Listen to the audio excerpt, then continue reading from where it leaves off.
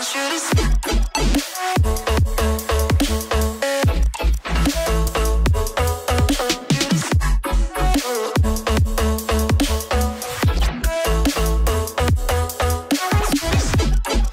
akan share materi pada siang hari ini ya, tentang effective ways to make your CV stand out.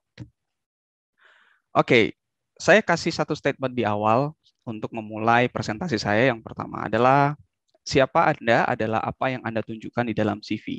Dalam konteks mencari pekerjaan, ketika teman-teman nanti mulai melamar pekerjaan dan ingin masuk ke dunia kerja, maka hal pertama yang biasanya diminta oleh recruiter adalah kita semua untuk bisa mengirimkan CV, ya.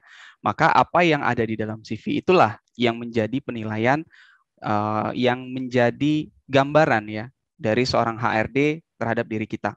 Jadi kalau misalnya ada informasi yang tidak ada di dalam CV, maka HRD tidak akan tahu itu.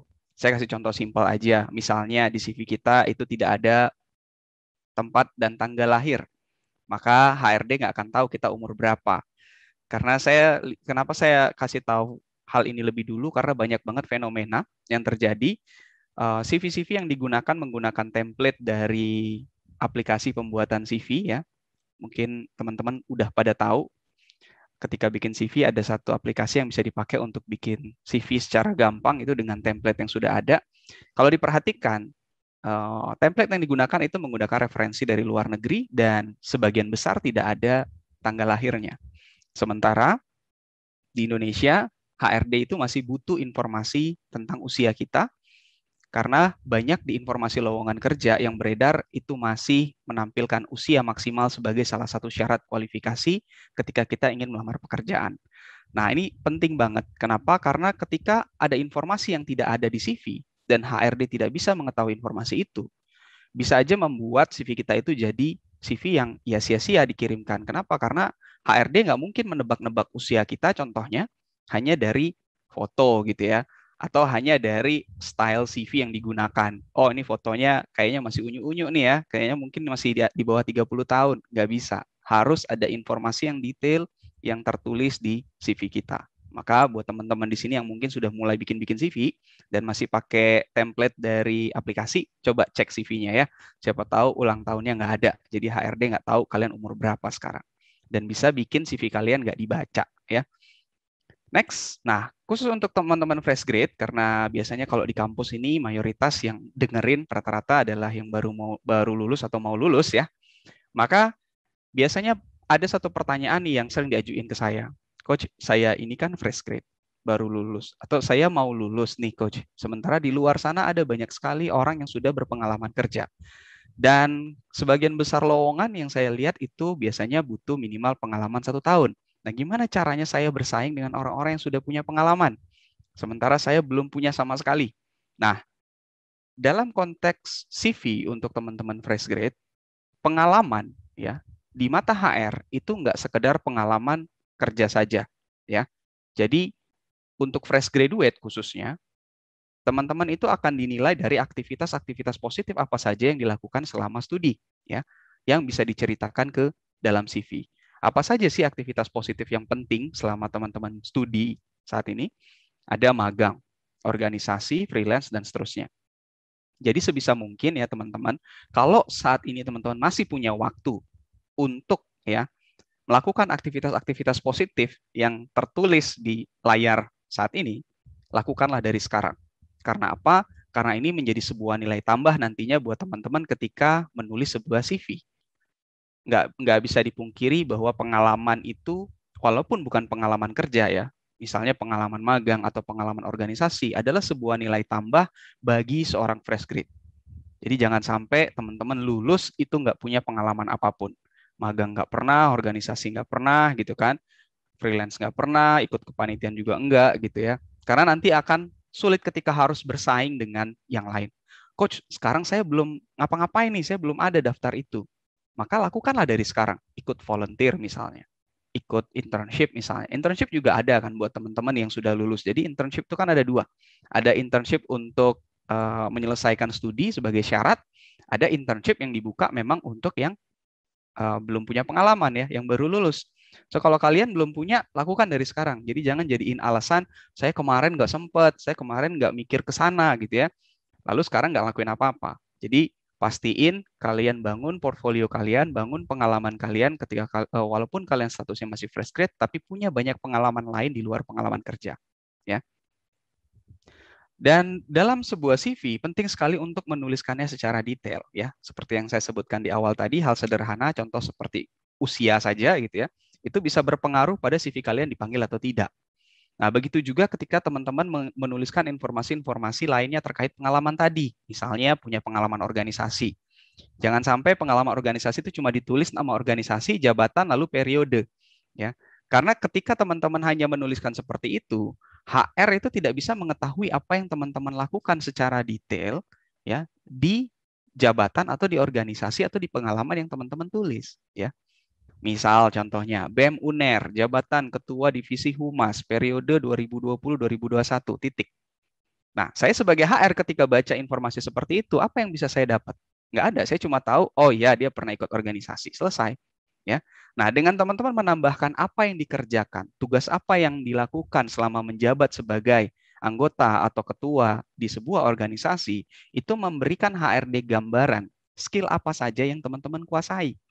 Misal, ya kan, tadi jabatannya Ketua Divisi Humas. Yang dilakukan apa saja? Yang dilakukan misalnya yang pertama membuat kalender agenda program selama 1 tahun, melakukan rapat-rapat dengan anggota tim menjelang setiap acara, pelaksanaan acara, melakukan pendekatan dengan pihak-pihak yang terkait dengan acara seperti dosen, gitu ya, pemateri dan sebagainya. Nah, ketika kita menjabarkan job deskripsi atau tugas-tugas yang kita lakukan di dalam organisasi kita, maka secara tidak langsung sebenarnya kita ngasih tahu ke perusahaan atau ke HRD apa yang kita kuasai, apa yang sudah kita lakukan.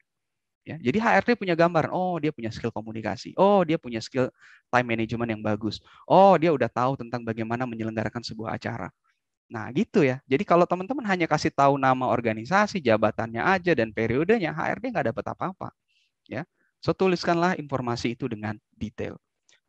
Nah ini contohnya ya, kalau teman-teman punya pengalaman organisasi. Di situ contohnya memimpin rapat, merancang program, mendelegasikan tugas, jelas ya. Dengan deskripsi tugas yang dituliskan seperti ini, HRD jadi tahu apa yang pernah dilakukan, apa saja yang sudah dikerjakan. Lalu HRD bisa mencari relevansi antara pekerjaan tersebut dengan skill-skill yang dikuasai.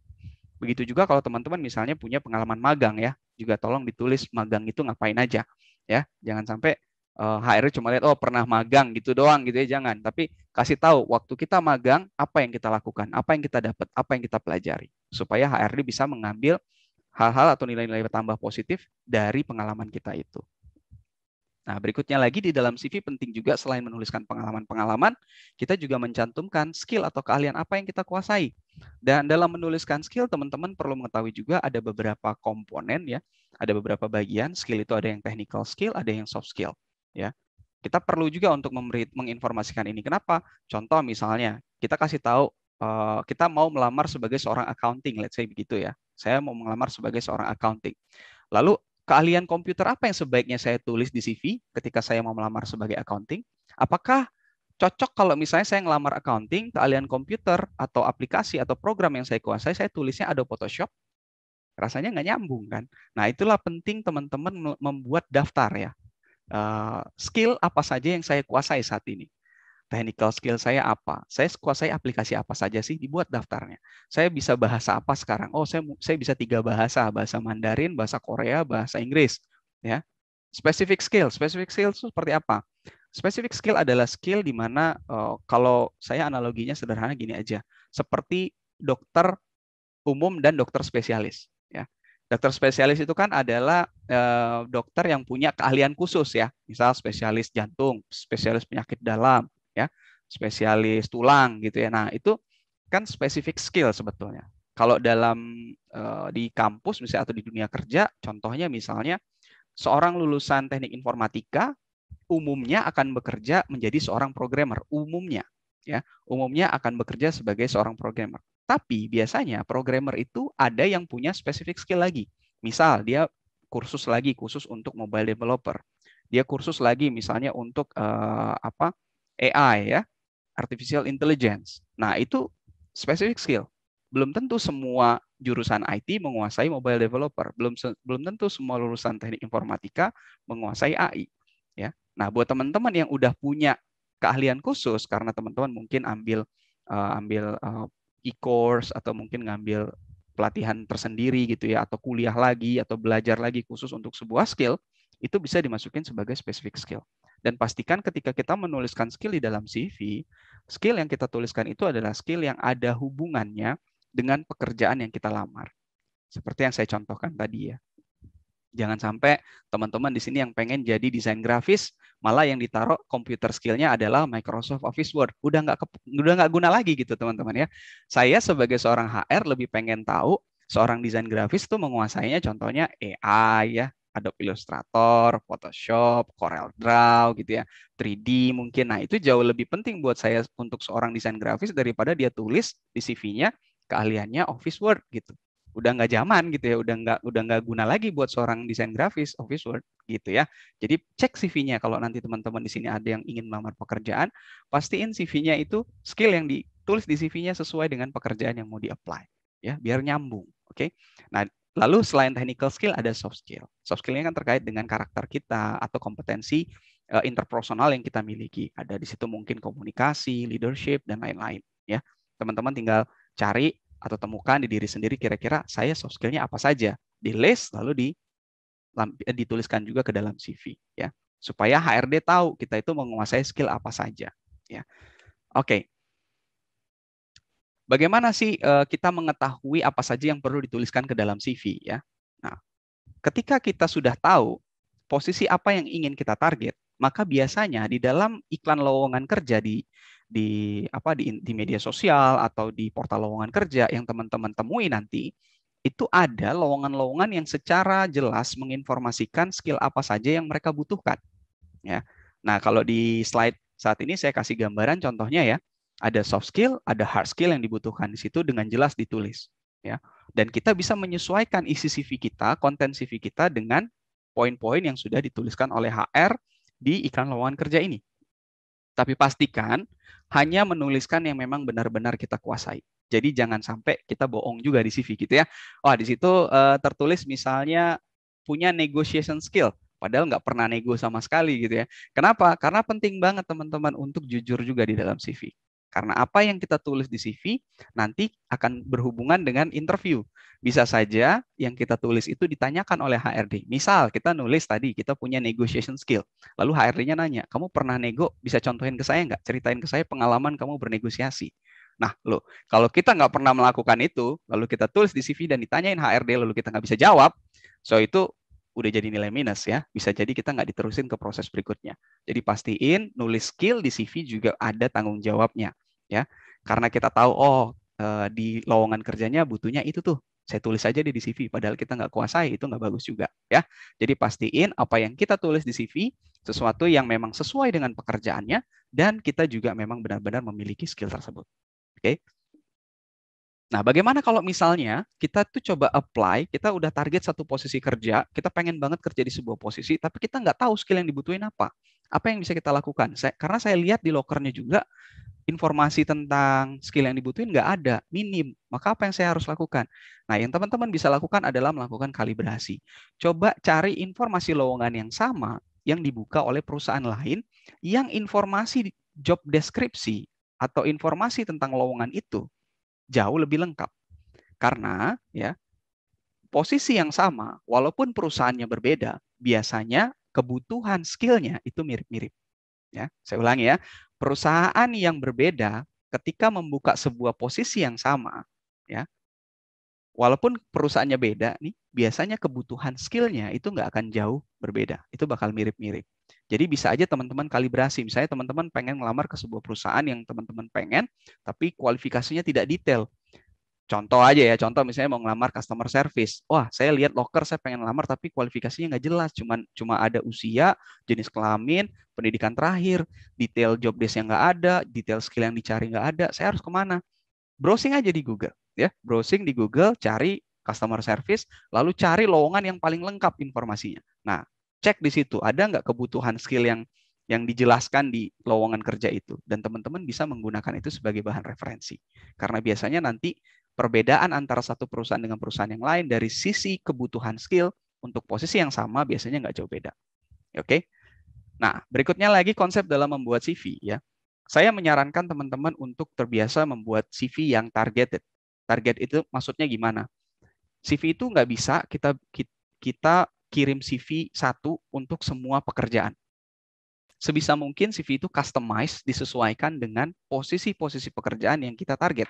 Seperti yang saya bilang tadi, pengen ngelamar accounting, kita harus nunjukin bahwa kita memang cocok untuk posisi accounting. Maka apa yang kita bisa ceritakan di situ? Kita bisa tulis skill yang terkait accounting, pengalaman-pengalaman yang terkait accounting, ya. Nah, seperti itu membuat CV. Jadi nggak satu CV dipakai untuk semua lowongan ya. Bikin satu CV, ngelamar MT, ngelamar logistik, ngelamar marketing, ngelamar CS ya, satu CV yang sama. Kan ya udah coach, kan satu CV ditumpuk aja semua skill saya masukin di situ. Ya itulah yang bikin teman-teman itu jadi nggak jelas gitu ya. Saat HRD baca, HRD itu dari CV langsung mikir, ini orang mau lamarnya apa sih ya gitu. Kok nggak target banget, nggak jelas banget, kayaknya pengen semua posisi dicoba. Aji mumpung gitu bahasanya. Ya, jadi kayak nggak tahu apa yang diinginkan. Ya. Nah, berikutnya CV juga harus detail seperti yang dijelaskan tadi dan menarik juga ya. Menarik itu ada dua konsep kalau yang saya biasa sampaikan ya, menarik secara tampilan dan juga menarik secara konten. Saya jelaskan dulu, menarik secara tampilan dari perspektif saya adalah bukan menarik tampilan itu yang CV itu perlu diwarna-warni, bukan ya. Tapi tampilan dari konsep saya adalah bagaimana kita membuat CV kita itu nyaman untuk dipelajari, mudah untuk dibaca. Ya, itu konsep tampilan CV yang menarik. Masalah ditambahkan warna atau tidak itu kembali ke masing-masing. Mau make boleh, enggak juga enggak apa-apa. Ya, yang penting intinya adalah mudah dibaca. Yang kedua konten. Kenapa konten itu justru nomor 2 bagi saya? Karena gini teman-teman, kalau CV itu secara tampilan bacanya sudah susah, hurufnya kecil-kecil, keriting-keriting, ya, warnanya kebanyakan, ya, nggak nyambung pula warnanya gitu ya, nggak enak dilihat. HRD malas baca kontennya. Ya. Jadi itu kenapa tampilan itu sangat penting. Ketika kita tidak bisa menampilkan CV kita dengan yang dengan tujuan untuk membuat HRD mudah mempelajari CV itu, mudah memahami isinya, ya kontennya nggak akan dibaca. Ya. Jadi yang pertama yang kita harus perhatikan adalah gimana ngebuat CV kita itu bacanya enak dulu. Ya. Kalau sudah enak dibaca, pasti isinya dibaca. Ya. Nah, seperti apa sih contohnya? Saya kasih contoh nih, ada dua referensi yang saya bisa berikan buat teman-teman. Yang pertama, desain yang minimalis contohnya ya, tampilan yang minimalis. Yang nggak begitu banyak main warna, warnanya cuma satu gitu ya. Mau pakai warna apapun boleh sebetulnya. Mau pakai warna kuning, mau pakai hitam gitu ya. Nggak ada masalah sama sekali. Yang kedua adalah yang punya banyak blok-blok ya, ada blok-blok di situ, blok-blok yang tebal dan menggunakan dua warna. Di sini ada merah dan biru gelap ya. Tapi yang teman-teman harus perhatikan di sini sebenarnya adalah kalau saya bukan melihat berapa banyak warna yang dipakai, tapi seberapa mudah CV ini dipahami. Coba kita sama-sama periksa ya. Gampang nggak sih CV ini dibaca sebetulnya? Nah, teman-teman bisa lihat di sini ya. Kalau teman-teman perhatikan, kita mulai dari CV yang kiri dulu ya. Ini jelas sekali ya, dia sudah menuliskan di sini namanya. Ya.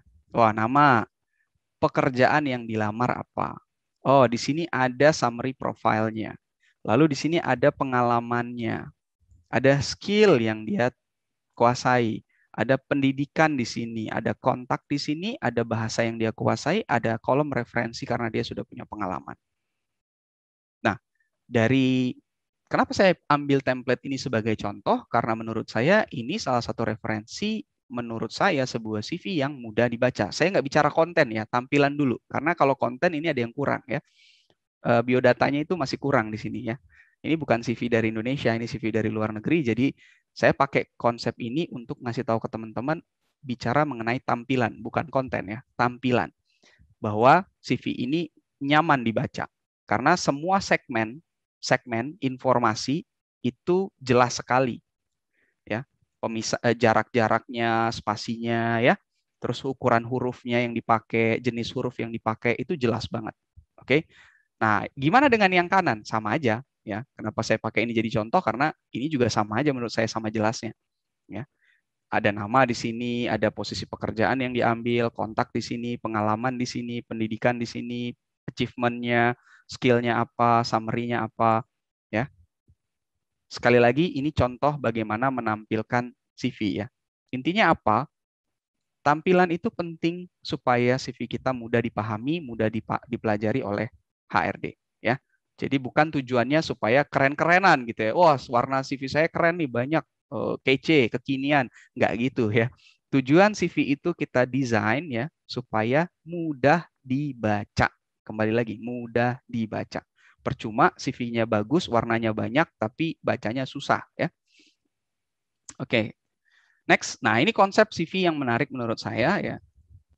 Dari pengalaman saya jadi recruiter ya teman-teman, ada beberapa poin yang sebenarnya bisa menjadi nilai jual dari sebuah CV ya. Dan nilai jual itu antaranya adalah begini ya.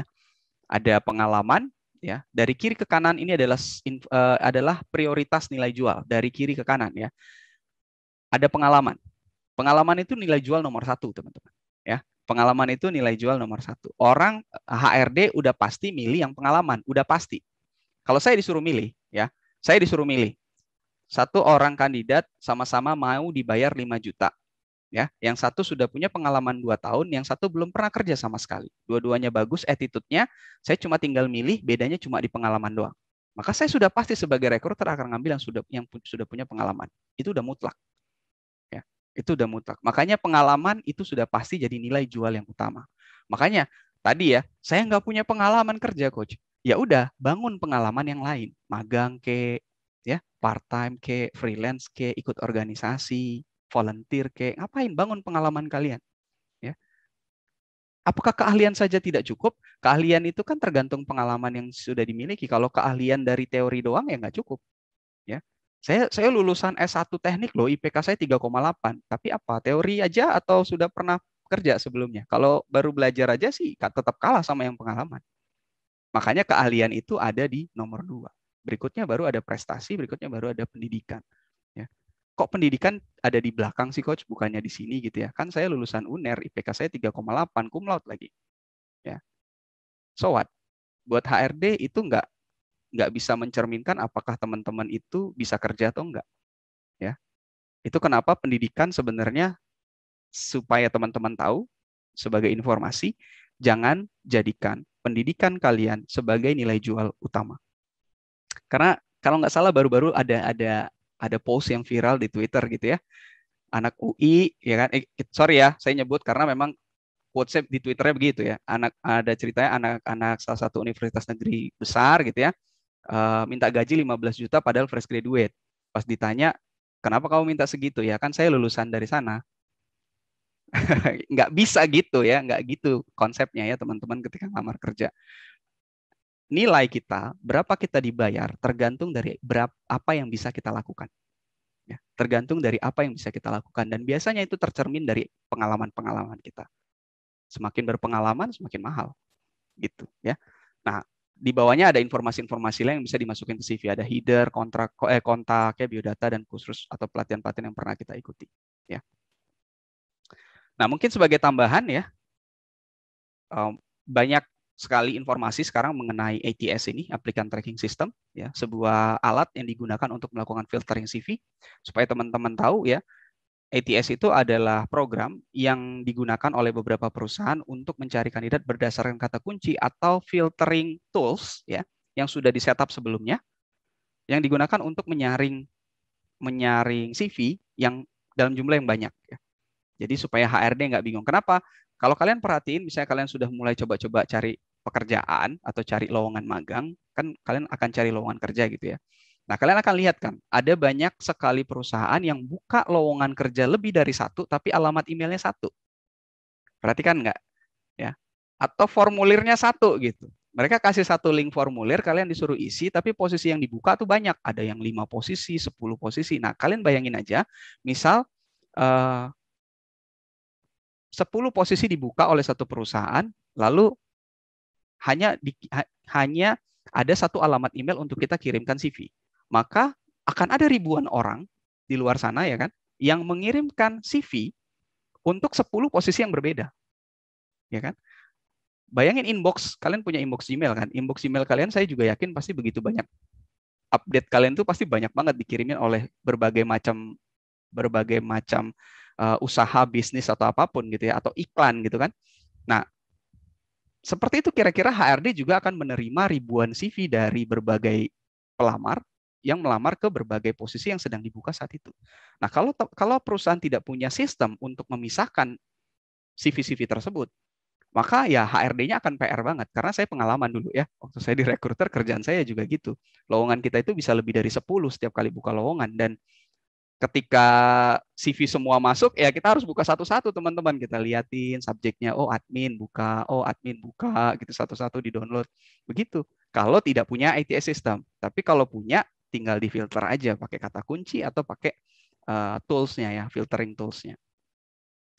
Next. Nah, beberapa mitos yang sering saya baca gitu ya di media sosial terkait ITS ini adalah bahwa CV yang ATS katanya ATS friendly, katanya nggak boleh ada gambarnya, nggak boleh ada fotonya, nggak boleh ada warnanya, sebisa mungkin satu halaman. Tapi saya akan kasih tahu ke teman-teman di sini kenapa saya sebut mitos, karena sebenarnya ATS system itu tidak ada hubungannya dengan gambar, warna ya atau jumlah halaman. Karena sistem itu mencari kata ya. Proses filtering menggunakan tools pun saya tahu Top Career kalau nggak salah juga punya situs lowongan ya. Dan kalau teman-teman buka Top Career contohnya, itu kalau mau cari lowongan kerja, itu kan bisa pakai filtering. Nah, itu sebenarnya kan yang dicari adalah kata-kata di dalam sebuah dokumen. Ya, kata-kata di dalam sebuah file. Begitu juga dengan program ATS. Jadi dia akan mengabaikan foto, warna, dia nggak peduli dengan itu. Yang dia cari dari CV kita ya adalah kata-kata yang sudah ditentukan. Misalnya yang dicari adalah kata admin gitu ya. Ya udah, kata itu saja yang akan dicari dari CV kita. Dan CV-CV yang ada kata adminnya akan tersaring dan terpilih. Begitu ya. Jadi jangan sampai mispersepsi tentang ATS program ini bahwa CV yang ATS friendly itu yang nggak boleh ada fotonya. Sehingga banyak sekali teman-teman itu yang saya lihat CV-nya itu fotonya nggak ada. Padahal sampai hari ini jujur aja ya teman-teman masih dibutuhkan foto oleh HRD di Indonesia. Ya. HRD di Indonesia itu masih butuh foto. Jadi kalau kalian nggak ada foto di CV-nya, ya siap-siap aja CV-nya di skip. Gitu ya. Jadi jangan sampai kalian salah persepsi mengenai program ATS ini. Mungkin itu saja.